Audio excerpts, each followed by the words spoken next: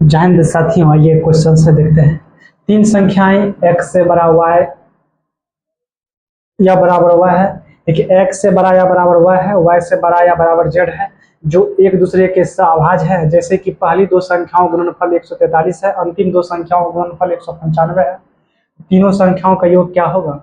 तो देखिए आपको बोला है तीनों क्या है, सहभाज्य संख्या है आपस में। तो सहभाज्य संख्या क्या होता है कि वो सा संख्या जिसमें कुछ भी कॉमन ना हो, वो आपका सहभाज्य संख्या हो जाएगा। जैसे आपको ये बोला है कि पहला दो यानी x गुना y का गुणनफल आपको 143 दिया हुआ है। अगर आप यहाँ ध्यान दीजिए, अगर आप यहाँ 143 का फैक्टर कीजिएगा तो 143 खुद ही क्या आपका है, एक अभाज्य संख्या है, तो इसका फैक्टर भी क्या आपका हो जाएगा, अभाज्य संख्या ही होगा। आप ये सोचिए क्या इसमें 2 से भाग लगेगा? नहीं लगेगा। 3 से लगेगा। तो 3 से कैसे भाग देते हैं हम? संख्या के अंकों का योग 4 3 7 है, अगर संख्या के अंकों का योग 3 से कटेगा, पूरा संख्या 3 से कटेगा। उसका तो 5 से नहीं कटेगा, कहेंगे 5 से अंतिम अंक 0 या 5 होगा तब 5 से कटेगा। 7 से नहीं कटेगा।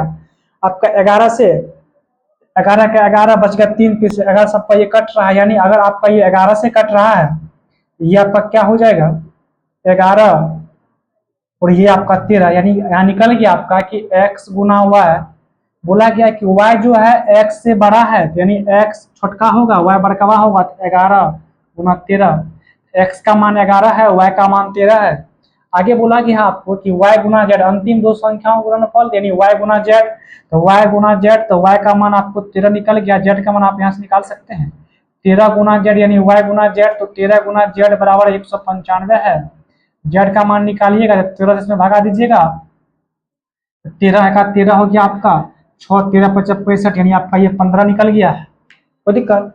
अब बोला क्या गया है, तीनों संख्याओं का योग निकाल दीजिए ना, x plus Y plus Z, 11 plus 13 plus 15,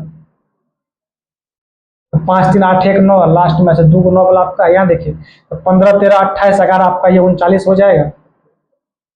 ये आपका आंसर हो जाएगा।